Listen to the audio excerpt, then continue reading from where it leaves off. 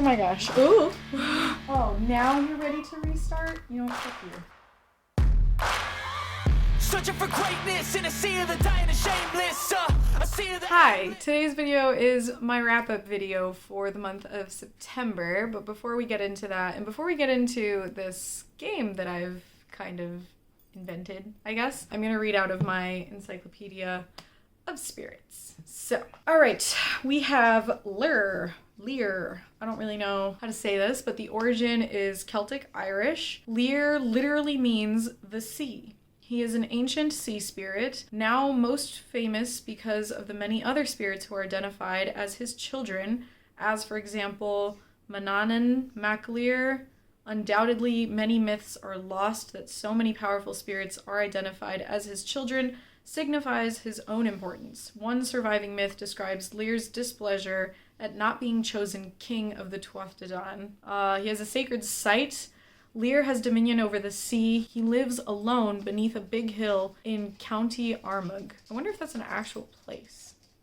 Yeah, so I spoke to a couple people about how I just, wrap-up videos to me can be kind of dull.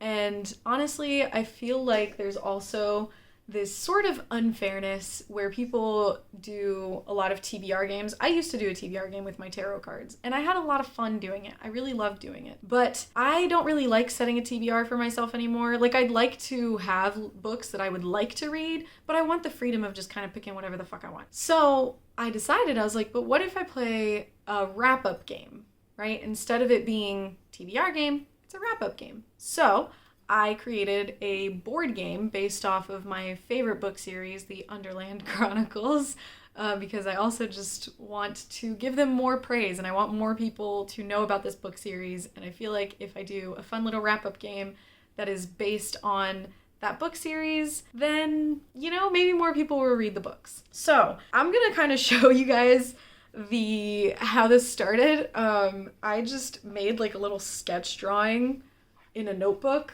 of like a board game. I am not artistic, so this shit looks bad. Also, I wasn't really able to finish it because the ink from my Sharpie marker ran out. But basically, yesterday I painted all of this black, and then today I started like putting in pencil, and I'm trying to use the silver Sharpie, but it's running out of ink. So like right here, it's getting kind of dim, and it's almost like the black paint is transferring to the marker.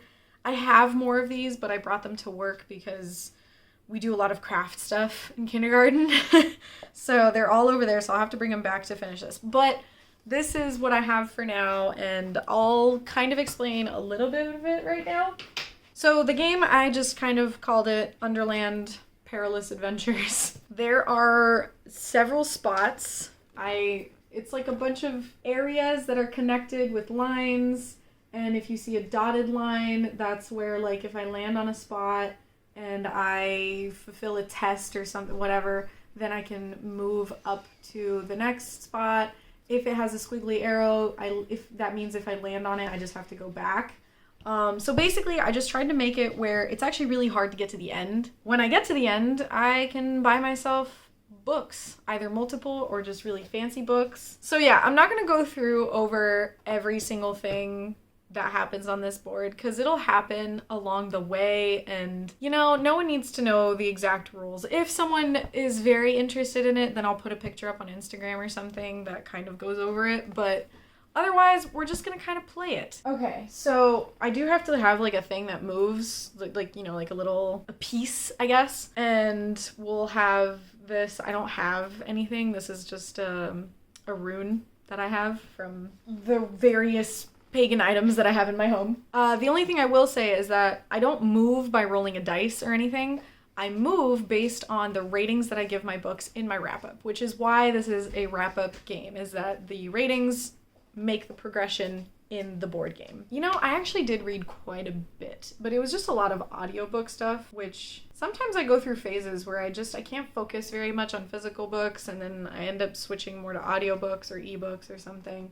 I try to like balance it out in the month so I don't burn out on something, But a lot of times the books that I want to read, I either like can't get them from my library as an audiobook, or like I can only get them as an audiobook and I can't get them physically. I don't know. It just depends. So starting off, I read, oh, that's right. The first book that I finished in September was Blood of Elves, which is the first book in the Witcher series, but it's not the first book that you're recommended to start with. So technically it's the third book that I've read in the series after the first two, which are short story compilations. So Blood of Elves is, man, I did not like it. What did I give it? I think I gave it like a 1.75. Blood of Elves is a lot of politics and a lot of talking and a lot of dumping, which is why I really didn't like it. Basically, you're starting off with Geralt has brought Ciri to the other Witchers. I forgot what it was called, but it's like it's where the Witchers kind of stay and gather back together until they go back out on jobs for months on end. And Ciri is there, and the other Witchers are training her and teaching her how to get stronger and survive and blah, blah, blah, blah. And in the meantime, there's also little, like, pieces that I guess are supposed to make it more interesting, but really just bothered me a lot. Like, Triss Marigold is a sorceress who comes to help train Ciri and teach her more about her magic. But Triss has a crush on Geralt and is apparently very jealous of the fact that Geralt likes Yennefer. And there was a lot of drama on that end. And I was like, what the fuck? You are a powerful sorceress.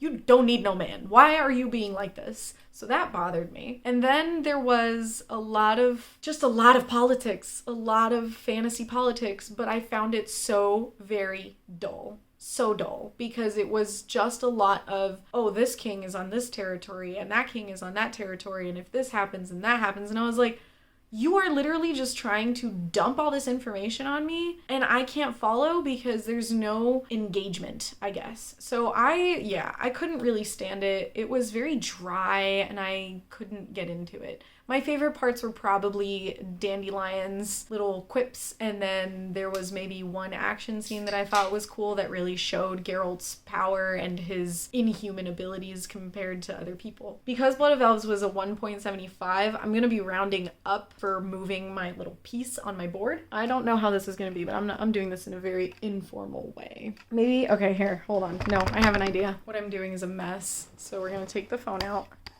And we're gonna show the board here. I don't even know how it looks because I can't see. Maybe if I hold it like this. Okay, so we're gonna start on the vent because that's where Gregor first lands in the Underland. And because I gave it 2 stars, or 1.75, we're gonna move it up to Temp. Temp is the cockroach that Gregor first meets. And now there's a dotted line here. So that means, I think I put it on this side. Temp is a challenge, so I roll a 20 die. If I get 10 or below, there's no gift made to the cockroaches, so I don't move. Which means now I'm going to grab my 20 die, because I do have that, and we're going to roll it. Oh, well, I got a 12, so that's above a 10. So I'm going to move up. Damn. Woohoo! We're doing good. We're starting off strong. Okay. Listen, this is budget YouTubing, okay? And I kind of want to explain. The gift thing is when Gregor first lands in the Underland, his little sister, Boots, is called a princess by the cockroaches because she pooped herself. And the cockroaches thought that was a wonderful gift. So the gift is whether Boots pooped or not, and she pooped, and so they were happy and we got a gift. You have to read the books. I highly recommend them. Okay, then I read The Dragon Republic by R.F. Kuang, which is the second book in the Poppy War trilogy. And how much did I give that one again? I don't even remember. Hold on. So The Dragon Republic, I gave a 3.75. Without spoiling too much about it or saying too much, you're following Rin from the first book, and the war that happened in the first book is kind of done in the second book, but there's kind of like a civil war that's happening in the second one, and Rin gets involved in a lot of scheming and has to pick a side, and I mean, she's very easily manipulated in my opinion, but in general, I do think that these books they are good. They have a really good premise and a good idea, but I often feel like there's just a problem for me with the writing. Sometimes the writing feels rushed, or sometimes it feels like the characters will have interactions that I think are supposed to be more meaningful than they actually come across as. And just, I don't know.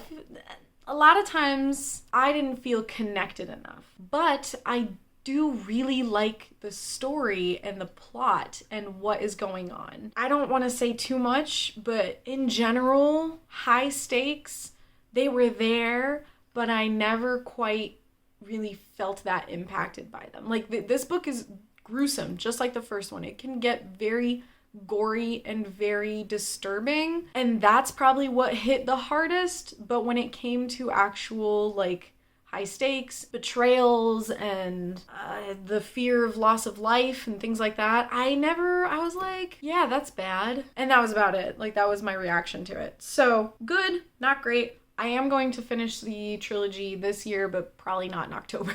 Okay, and now because I rated that a 3.75, we're going to round it up to a 4. So we're going to move 4 places. I really hope this is visible. I have no idea. I'm just trying my best here because I can't really see what I'm filming.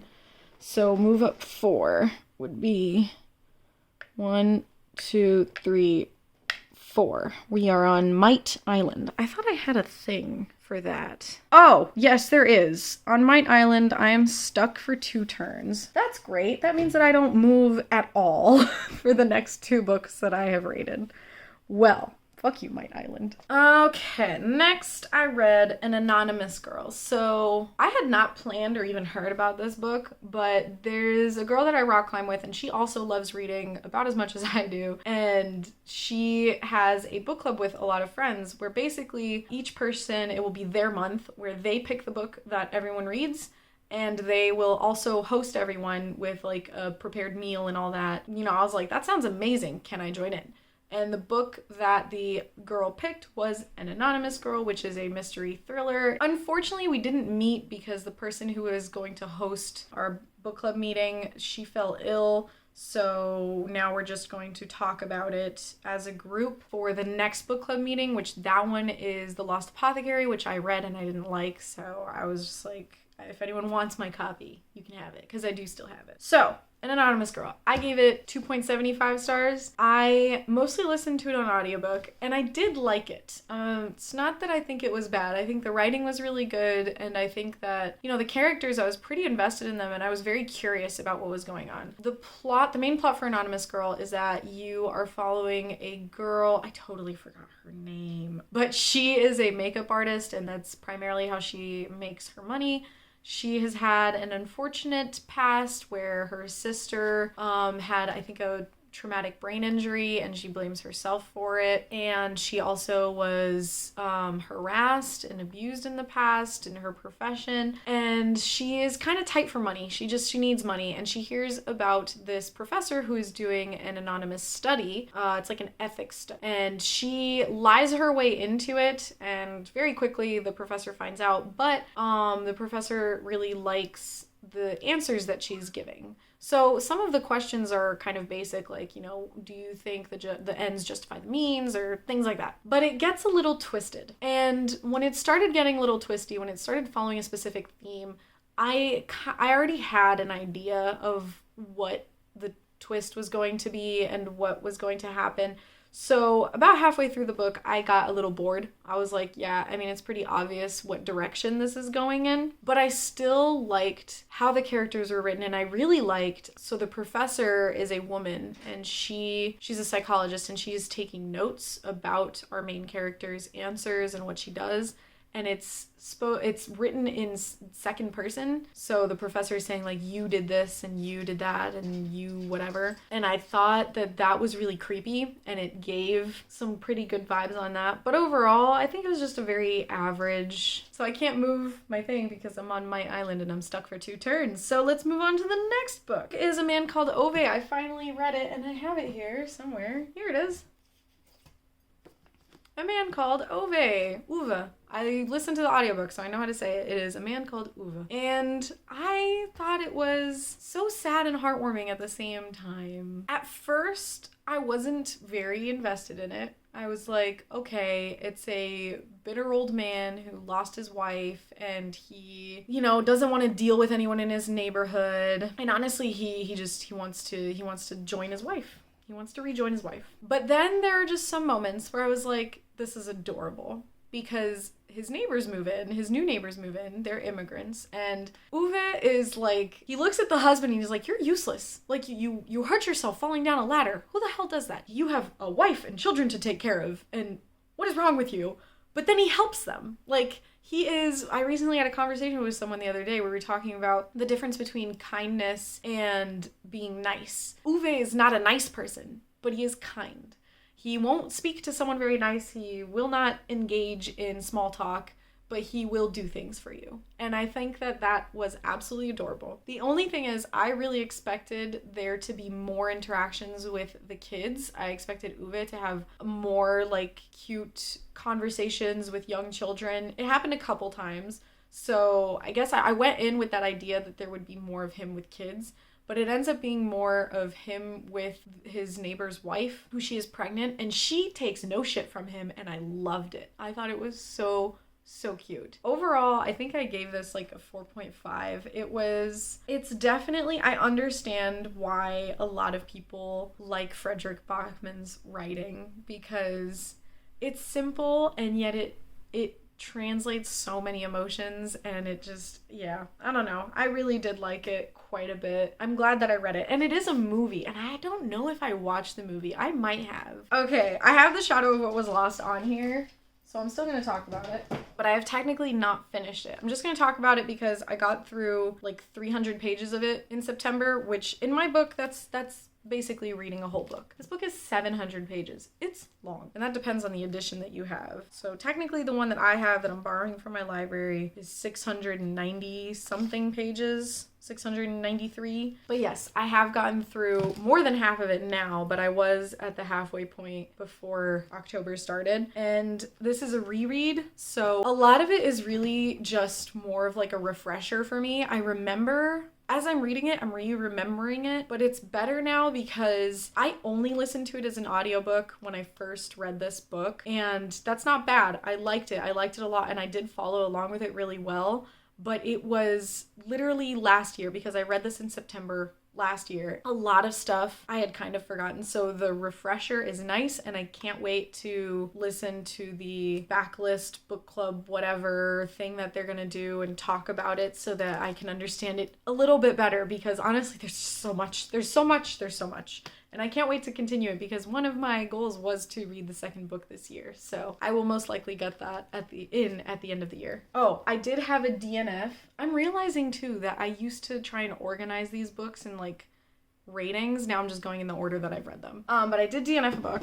This makes me a little bit sad because it's a book of the month book. I'm really bad at reading my book of the month books. I don't know why. I order them and then I just don't read them. So I was actually really happy to start this one, Killers of a Certain Age. But as I was reading it, it's not that I wasn't liking it. It's just that I think that the writing and the overall atmosphere and ambiance of it and just tone wasn't really what I was expecting. And it just threw me off a little bit, and I guess I just wasn't really in the mood for it. So I did DNF it. It's a soft DNF. I'll probably get back to it some other time. But yeah, I think I only read 80 pages from it or something. The last book that I read in September was Gregor and the Marks of Secret. I thought that the previous book, so the third book in the series, Gregor and the Curse of the Warm Bloods, I thought that one was brutal. I apparently somehow blocked this fourth book out of my memory because, oh my gosh, this book was so incredibly dark. I really sometimes have to ask myself, is this really a kid's book? Is this really a middle grade? Is this really a book that is meant for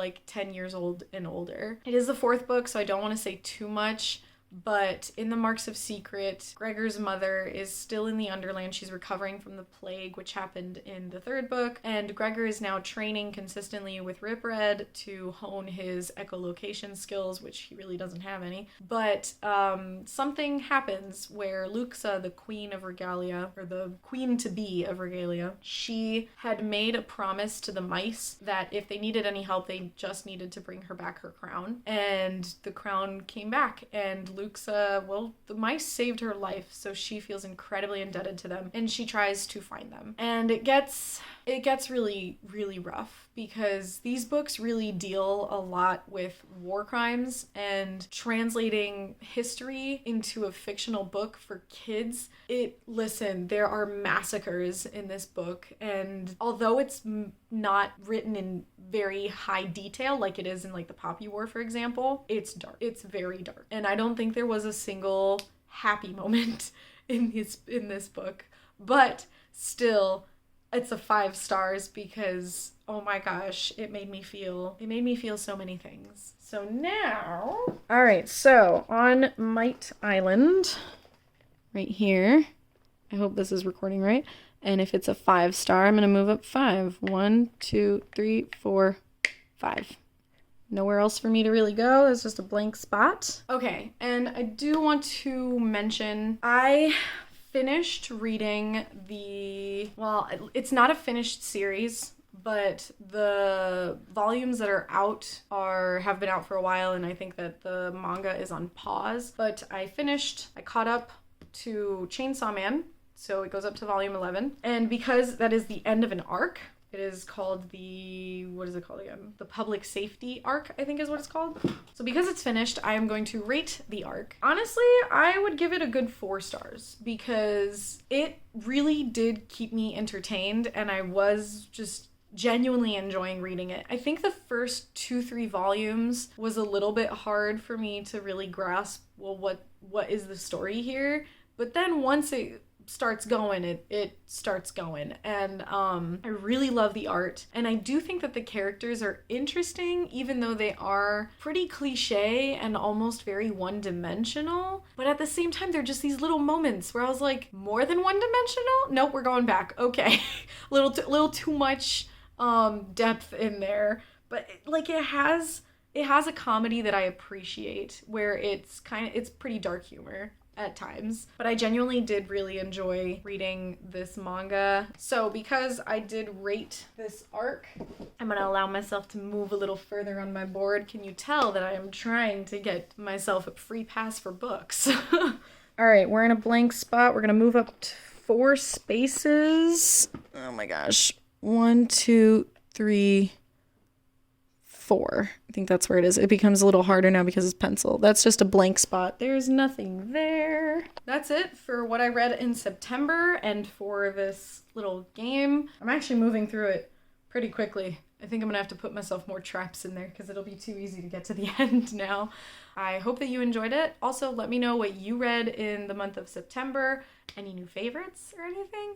And also, I don't know, do you enjoy this board game thing that I'm doing? We didn't really fall on any of my more interesting spaces. I think I'm gonna have to add more because that was kind of the goal, was to make it more fun. But anyways, I will see you in the next video. Bye!